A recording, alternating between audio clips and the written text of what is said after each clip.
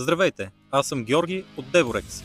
Днес монтирахме система линеен дренаж X-Drain и ще ви покажа всичко. От изкопа до теста с превозни средства, ще направим краш тест на всички видове решетки от Devorex и не на последно място ще ви покажа колко лесно се поддържат. Първо изкопаваме канал с подходящите размери, точно както бихте го направили сами вкъщи.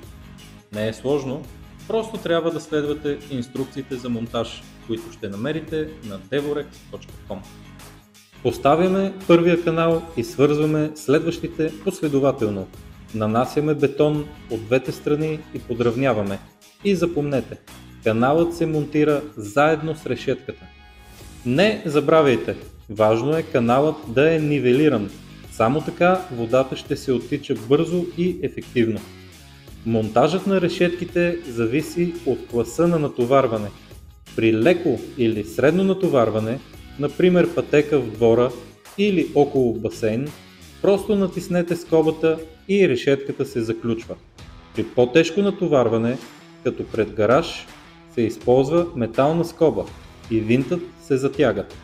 Ако решетката се изцапа при монтаж, което е почти неизбежно, няма място за притеснение. Поддръжката е лесна. Махате решетката, почиствате канала и ги измивате с водоструйка. Целият процес е бърз и удобен. А сега идва забавната част. Тест с автомобил, бус и дори мотокар. X-Drain показва как се справя с тежестта без никакъв проблем.